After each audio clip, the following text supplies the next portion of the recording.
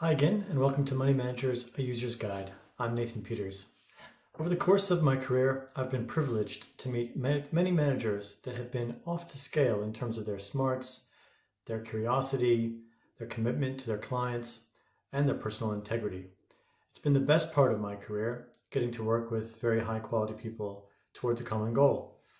Of course, there are rogues and scoundrels in the industry as well, but on balance, generally people are trying to do the best they know how. I think it speaks to the difficulty of the task that even the smartest, best people sometimes fail at their jobs. And sadly, I haven't seen any evidence that the vicissitudes of the market care much about the merit of its participants. Another way of saying this is that persistence of excellence is one of the most difficult things for money managers to pull off. So when I see it, I'm compelled to highlight it to you on this channel. Which brings me to the fund I'd like to highlight today, the Ruffer Total Return Fund. They are the money manager who manages your money manager's money. Many times in my career, their name comes up in hushed tones during a market sell-off or other time of stress in the market. How is Ruffer positioned? Ruffer has now built a 20-year continuous, audited, public, daily priced track record of excellence, generating a one-sharp net of fees to clients.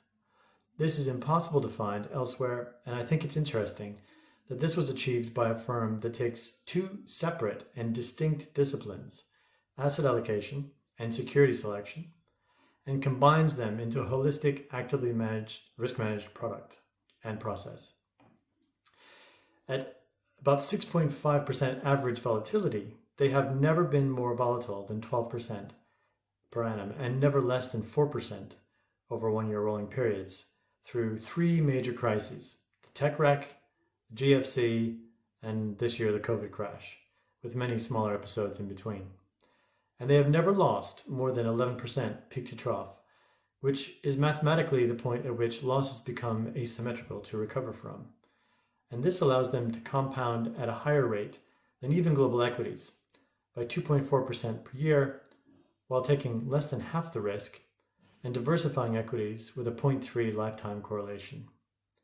Crucially, the fund is completely uncorrelated to bonds as well, which, as regular viewers of the channel know, I like to point out, is currently the most overvalued asset class. And if any of you viewers can match this, I would love to please let me know about it. Please let me know about it in the comment box below, because I haven't found it. And if you're curious and want more qualitative information about the fund, I've included a link in the description box below. Here's the point in the review where we can geek out using our analytics platform, Venn, link in the description below as well. Let's see if we can glean what Ruffer's special sauce may be. First of all, we see that the statistically significant risk factors are relatively small and clear. Long FX, long equity, long credit, long local inflation, long small cap.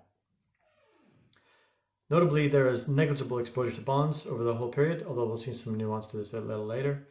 And clearly, the fund has a long vol profile at the bottom here, which just means that when the stock market volatility goes up, so do the fund's returns, which is a useful diversifying element for most people. All these common exposures add up to just 20% of the total risk, though leaving 80% of the risk undefined, or alpha. And if we move to the contributions to returns over time, we see a nice buildup with very small little detractors. Alpha is the primary return generator here at about 3.8%, followed by the risk-free rate over that period, about 1.7%. But now is when we come to see our crowning revelation. The next two exhibits I'm going to show you reflect the asset allocation side of Ruffer's process and the results using one-year rolling return windows on daily data. We just flip to 1 year. The first chart, the beta exposure, looks to me like strong ocean chop. No consistent directional bias in anything, with a variety of views expressed at a given point in time. We already know that these views don't dominate the risk of the fund, as we see here.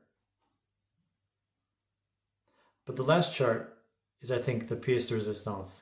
All that Sturm and Drang in the positioning above achieves a placid lake of mostly positive returns. Not perfect, no one is, but more right than wrong. Perhaps only this year's losses from being long value stand out, though they've made money elsewhere to offset this. Maybe the key to long-term success is just that famous Warren Buffett saying, rule number 1, never lose money. Rule number 2, never forget rule number 1.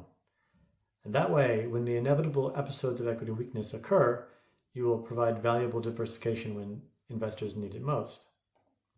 Here's a chart of rolling one-year returns versus the home equity market for most of their investors, the FTSE 100 index, which makes this point beautifully. You see that although they underperformed during most of the one-year periods, they outperform when it really matters, in the tech wreck, and GFC, and this year. And don't forget the effect on compounding that this consistency has. In the interim, though, you do need to take enough risk so that investors don't abandon you out of boredom in a bull market. Like the Chinese philosophical concept of yin and yang, investors would do well to take away the deep lesson that Ruffer provides. To stay in the game, balance your portfolio with assets that will do well in episodes of greed and assets that will do well in episodes of fear. Ruffer seems to be doing both, quietly, with spectacular effect. Thanks for making it this far with me on Money Managers, a User's Guide. If you enjoy this content, please like, comment, subscribe, and hit the bell for notifications. And remember, use your money managers. Don't let them use you. Thanks.